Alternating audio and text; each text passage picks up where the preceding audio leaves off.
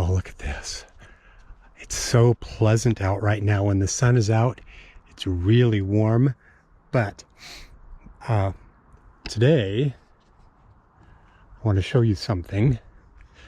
There is a little Skoolie over there that I had a chance to tour, and I'm going to show you this Skoolie that was converted by Kade and Brooke. It is really nice inside, and I just did a little bit of an interview with them. And the funny thing is, back when I was at Skoolie Palooza, they were also at Skoolie Palooza.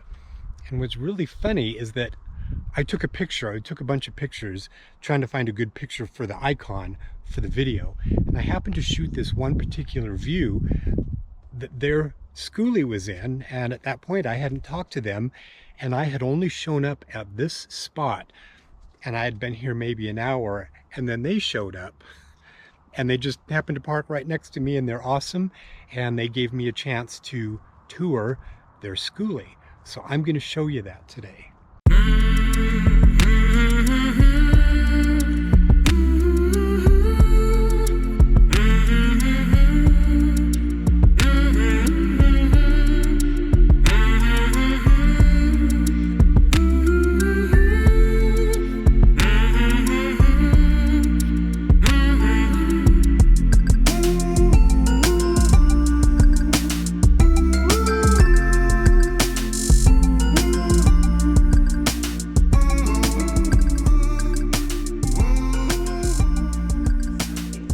Just introduce yourself and tell us who you are, and we can talk about the bus. And okay. Yeah. Sweet. Well, I'm Kade, and this is my wife, Brooke. Hello. We took about 2 years to build this out. We were both working full time at the moment up in Des Moines, Iowa. Brooke is from there, grew up there, born and raised, family farm. And I grew up military, moving around every 3 years or so. Wow. And so I think that had a lot to do with, why I love this lifestyle. I'm used to that constant change. And then if you want to talk about kind of why you like doing it. Yeah, well, back in 2015, the tiny house movement started to kind of grow, and I really liked the pull behind tiny homes. And on, I think, our third date, we talked about tiny living, and she talked about a van, and I talked about the tiny homes, and then we thought a bus was kind of a good mid-size compromise. And so 6 months into our relationship, we bought this bus, sight unseen, pencils and everything in the seats. I mean, we gutted everything. Like Kade said, we were weekend warriors because we were both working full time. It was just paycheck to paycheck in the beginning, and we did everything ourselves. Lots of YouTube tutorials, some help from YouTube University. Yeah, YouTube University. A lot of failures too. Yeah. A lot of things didn't go right the first time, and then you just do it again. Right. It's a big learning curve. Well, that's interesting that you mentioned the tiny house thing, because that's how I stumbled into the RV thing also. Nice. Yeah. It was like a big thing, and they had all the Netflix documentaries, and just honestly on YouTube. I used to that was my go-to when I was in high school and even college. I would just sit there and watch YouTube videos all day. Right. And then I was like, gosh, I'd love to do that one day. And then it was always just a pipe dream for me, if I'm being completely honest. Brooke was definitely the okay, well, let's start looking at buses. You want to do this? Let's do this. And I was like, oh, we're seriously going to do this. Right. And then, we bought the bus on auction, sight unseen. Okay.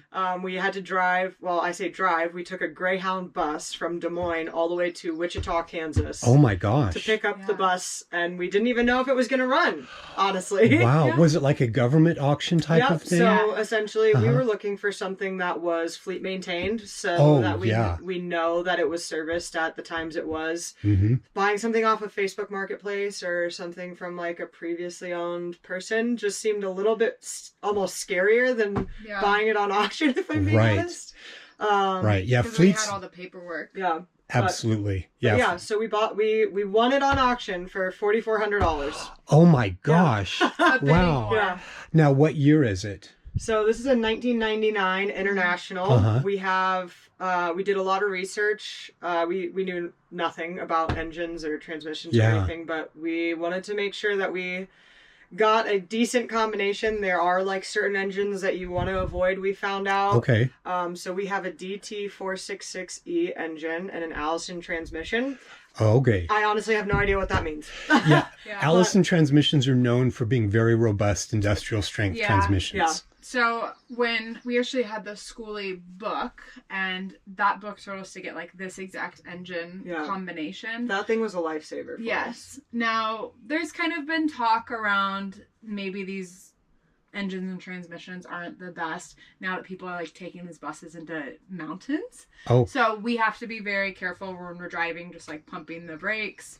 But you can light your brakes on fire apparently going downhill. Oh no. If you're just like riding your brakes down like a heavy hill and like a steep incline, your brakes could quite literally catch fire. We found out. We've only been doing this for 3 months now. So we've kind of learned everything in terms of what to do and what not to do from friends that we've met at Skoolie Palooza or Van Life Pride and things like that. So because that's where I saw your rig is at Skoolie Palooza. Yeah. And we just happened to magically end up here near the Kanab Creek. It's great. Well, so how long was the conversion itself once you kind of started? So our first year, we didn't focus on it like we did our second. So our first year, we did like the demo, and then what took the longest was prep work. So we had rust spots in the floors, and we had to like cut it out and weld new sheet metal and take out all the windows and reseal them, and that just took so much. Now the actual building part, once framing went up, I felt like I blinked and everything. We blinked and everything was done. Wow. It was like the prep work was just, I think, the most defeating because we would spend all day like working on prepping and like making sure that it was like a good Sanding foundation. Yeah. But there was no like actual change, so it felt very stagnant even though we were definitely putting in work. But I think when you finally start like the building process and like mapping everything out and seeing things change, it got a little bit more exciting, right? And so like it was more fun, I think, to work on that part of the build. So to answer your question though, I would say if you combine like every weekend, like work day, probably 3 months. We were pulling every weekend for about 10 months, 11 months. Wow. Every single weekend, days after we got off work for a while, because that was rough. We had a set planned trip to go to Bonnaroo in June, and I remember it was September the year before. Yeah. And from then on, like, we didn't really take any breaks. We knew we weren't going to be making a lot of money living this lifestyle. We just wanted to make enough to get by, which is what we're doing now. We have enough for food and gas and excursions and limited entertainment money that we use to kind of experience the new places that we go to. Well, and honestly, that's what a lot of people who do the nomad thing are trying to do is live more frugally in a lot of ways. And it's, I mean, it's pros and cons. You know, I think that's like the biggest thing in terms of, you know, we are living more frugally, but we get to wake up and go to this creek right next door. Right. And go for a swim and go for a hike after work in places that we could have never imagined working our 9-to-5s in Des Moines, Iowa, downtown. Right. So you run into things haphazardly that you're like, wow, this is in the world. Yeah. You know, and even just like the day-to-day tasks of finding water or where to park and things like that people don't. We joked the other day, I think, of our parents asking if we're bored yet, and we didn't realize that, you know, even just like getting wood for the fire burner to keep us warm in the mornings because it's still a little bit chilly at night, or finding where we're going to fill up water, or cleaning showering 7,000 times a day because the space gets so dirty. It does. That's something that I've learned also, is that you're constantly sort of cleaning and picking up things. Always. And the smaller the space is, the harder that is. Yeah. But you have done such an amazing job. Thank you. We'll do a little walkthrough. Yeah. Here. I mean, the first thing that I noticed was outside their little chimney. So you thought it was on fire. It's like, it's kind of cute, honestly. I mean, this little stove. Still remnants of our fire from this morning. Yeah. But so we pack it up the night before, and then in the morning we just get up and we just light empty the ashes here. Wow. And then this is really nice too. At first we weren't, but we've actually started cooking on this in boiling water, so we don't have to use as much propane. Sure. And so we'll put our little cast iron pot Dutch oven on there and boil some water in the morning while we're warming up the bus. Put a burger right here and it cooks it perfectly. Wow. Yeah. It's pretty great. And the best part about it is you can actually just take this out. I won't do it right now because it makes a bit of a mess, but we can actually just pull these apart, take it out, and it becomes a seat when we're entertaining for people. Oh. Yeah. How Or if cool. we want to cook outside or things like that, it's pretty nice. Now, what kind of material is this that you have? You've clearly got plenty of space here. So this is actually just a stucco, and what we did is we put lath up and then we just put the stucco right on top of it. We did white stucco, it's called Quickcrete, and then we dyed it with concrete dye to whatever color we wanted it to be. This actually also absorbs heat, so it keeps kind of the heat in longer, and it just kind of radiates off of it, and it works really well.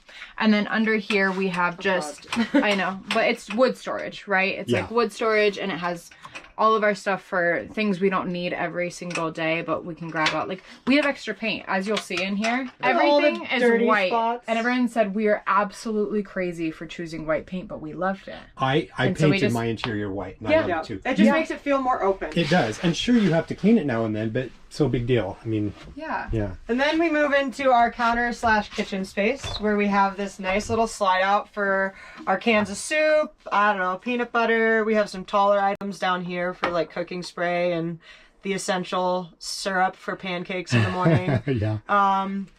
It's not the most perfect finishing on the counter here. Nice dirty rag here.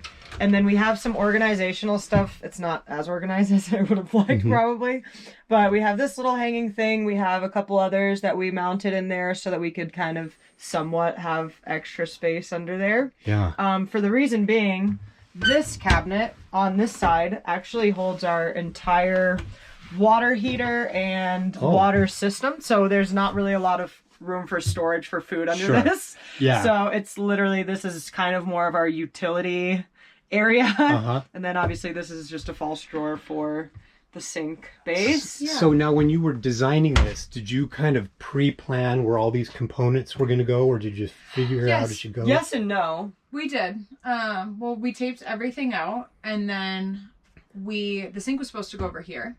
And we realized that when we were running our drain lines, because of the supports for the bus, we weren't going to get two drain lines at an angle that would allow it to drain. Okay. So then the sink moved over here, like as we were putting the cabinets in. And we've actually loved it because it allowed us just a massive prep space right here. And this is actually a little serving window that we pop out.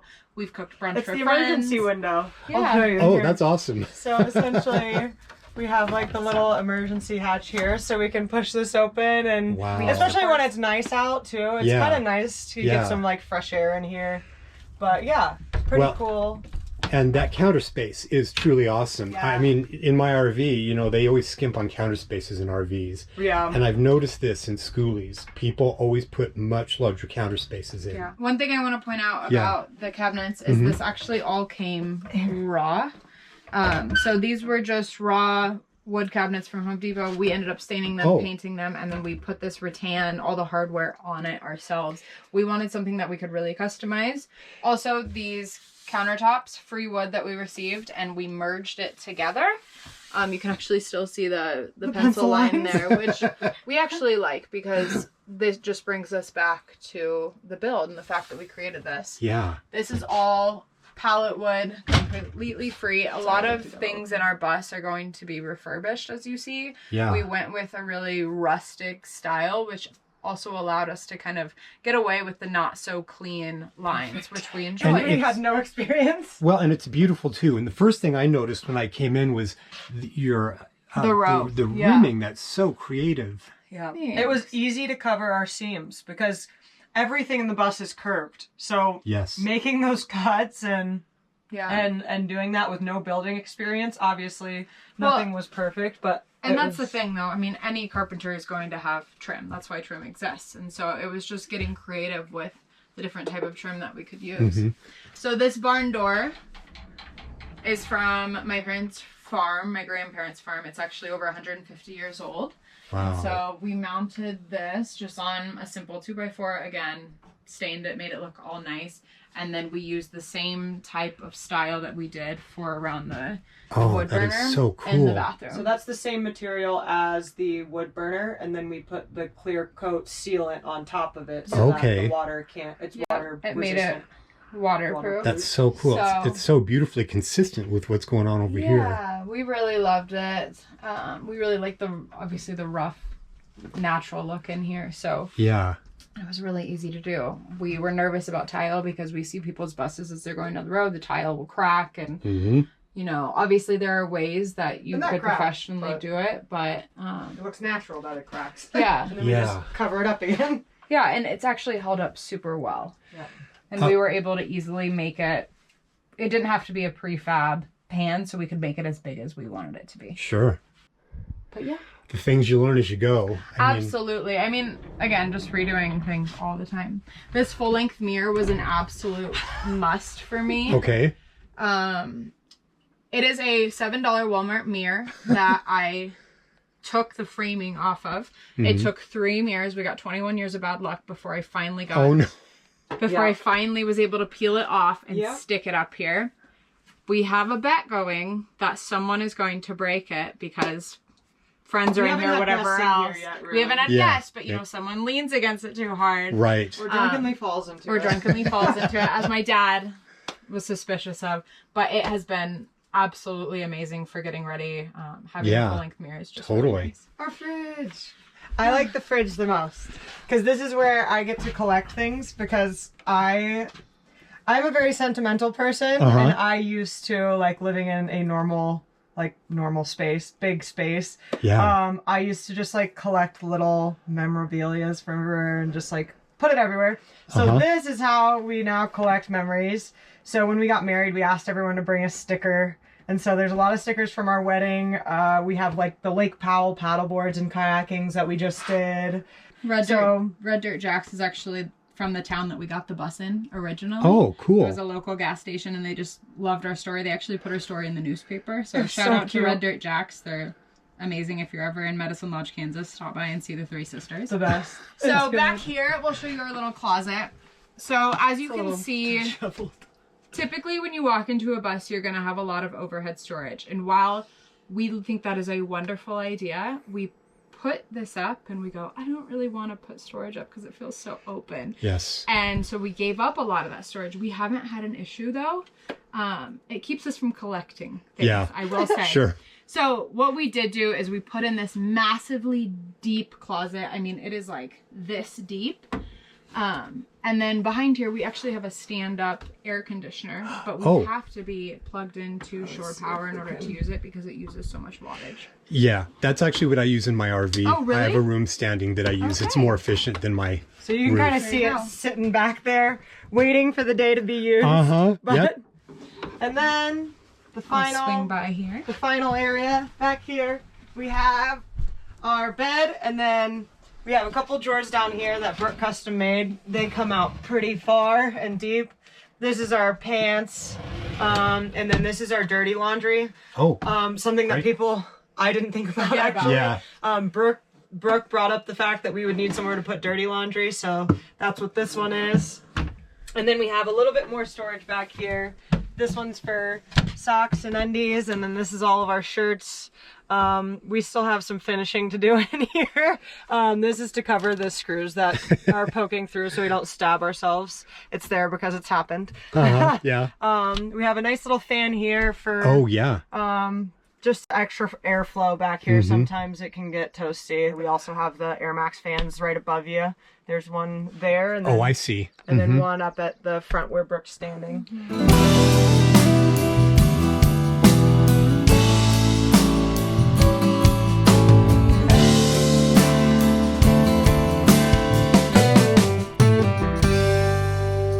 So, because I see electrical outlets there. So tell me about your electrical system and what kind of process was that Yeah, absolutely. to get that in place? So, we'll be completely candid with you. We had no idea how to do electric. We got it from Rich Solar, which was an entire kit, just delivered to us everything that we needed, batteries and all. That was really nice. The only thing we needed to get was the distribution panel. So we have 800 watts of solar coming in at a time. We have 2 lithium 200 amp hour batteries. So we have a pretty good amount of backup as long as they're getting charged up. And then we have 200 amp hour inverter, obviously solar charge control switch, all of those good things. Now my dad helped us seriously when it came to electric. So we ran all of the wires. And then as far as when the wires came in, and we put our solar panels on top, and Kade almost killed herself because once we plugged them in, I mean, no joke, 2 minutes later, we were beginning to run the wires to the rest of everything. Came so long. And they came so long, so we ended up cutting them, and obviously sparks flew. Right. And that's when we go, oh shit, like we're working with live so we got her wires dad here. So we got my dad. And unplugged the system. He helped us out with all of that. And then before we went on our way, thank goodness, we kind of went through the whole system, and we now understand it as a water system. Things flow and it comes back out. And thank goodness, because we've had our system go down. So lithium batteries, unfortunately, if they get drained to a certain point, you have to manually recharge them. The solar panels will not come in and recharge them because our inverter says, hey, it's going to damage the batteries if too much power comes in at once. So we have now learned we have a trickle charger under there. Smart. So it's only happened to us one time, but we had to go and find an outlet and physically plug in and charge our batteries. So while lithium batteries are really nice because they will hold that charge and they hold so much power. Right. They get too low. They still have, and they're also more sensitive to temperature than, say, AGM batteries. You can't charge below freezing. So there are following the weather for sure. Yeah, there are some parameters you have to be aware of. Absolutely, and that's not something we knew about, but I mean, we've loved them as far as how much power they hold. We did skip a little bit of the kitchen here. So this is our Hike Crew stove. We typically use the stove a lot. We use the oven when we're making pizzas. We actually just have, this is a pretty simple way to do this. Oh, look at that. Yeah, so we just have little green propane canisters back here. We do plan on getting a little squatty one, an 11-pound propane tank. So that we can refill it. So we can refill it. Because those are $9 a piece. Right. And so the refillable one is going to save us a lot more money. Yeah. But it's just, I think we have to order it specially online because they normally sell like the 25-gallon ones, but you can get different sized. Yeah. We had no idea. Well, these are the things you just learn as you go. Yeah, absolutely. And then we have stuff for fruit here. We do have a little piece of bread. We've been craving Subway. And of course, since we have to save money, we just make our own Subway. So that's what that was. Right. With the bread in it. It's actually a bread nut. Yeah, and I love your sink. Big sink. When we got this, eventually one day we might have a kid, and then, you know, we might want to take them traveling. So a bath. We got a sink big enough to put a baby in. Right. And that was the thought. And also, it just turns right around, and we have an outdoor shower. Sure. So, perfect. In case we're real dirty. In case we're real dirty. Right. Then, of course, we have our booth here. This is normally up because we do both work remotely, but it does drop down into a couch. And we did it last week. Sometimes, you know, those things in your house that you forget you have, and you're like, oh, well, I'll just use those. Yeah. But it never lasts very long because we miss having a place to eat. And eating in the bed when you are living in a tiny home where you're not washing your sheets every other day because you got to go all the way to the laundry. Not the best idea. And crumbs in crumbs in the bed are the worst. The worst. But yeah, this is our little tiny home Bandit. It is. It is super awesome. And I love how you put the wood planks in the front here. Oh, and then of course you can't miss. Oh yeah. The seat. So this cowhide used to be our rug in our apartment. Oh, we had someone essentially reupholster it for us. We are not that skilled. But yeah, so that it matches like the theme of the bus. Yeah. We also have these cute little stickers that we've started putting up here of all the national parks that we've gone through with the bus. It comes with like a little pack, and so hopefully it'll go all the way across eventually. Wow. It's kind of fun to knock off things and add it in there. And of course you gotta have your cowgirl hats here, and then we have this little skunk tail, and these are actually horsetail from the horses that I rode growing up. My Oh, Mom made it wow. for us before we left. so that Uh-huh. we could keep a little piece of home with us. Wow, that's cool. Yeah. Wow, wow, wow. Now, on the roof, did you put extra insulation between this paneling? Yes. And Yes. We put insulation everywhere that we possibly could. The windows, I will say the windows are probably the least insulated part of the bus. yeah, A lot of Obviously. people can replace, like a lot of people replace them with RV windows, sure. just to keep that heat Or deleted them. cooler air in. Yeah. But we really liked the look of the Yeah, the it lets. school. It keeps the look of a school bus. Same with the door. That was something that was really important to us. Oh yeah, show me that because you did something really clever. Yeah, Yeah. so With this. essentially with this, we fused the door together with these 1, 2, and 3 pieces of metal.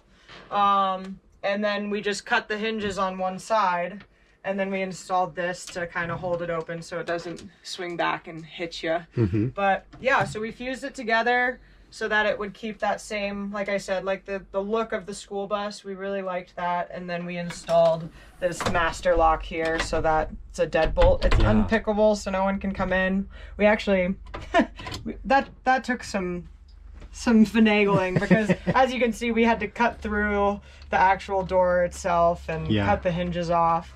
You find ways to make it work though, Sure. you know? Right. But yeah, And with the flooring, is this like a sheet vinyl? it is. It is. Yep. Okay. Yep, Yeah. it was the easiest way to do it. We literally just took a huge roll of it and rolled it all the way back, That's what I did in my glued RV. it down, Yeah. and I ripped out It was most of the great. carpet and used that as a template and then cut the sheet vinyl. and we honestly even left a little bit going up onto the walls. Okay. So that if water does maybe go that way Yeah. or we're parked at an angle or something, it would Yeah. just It go is. back. It wouldn't sneak underneath at all. Absolutely. But yeah, so the sheet vinyl was the best and most cost effective for us.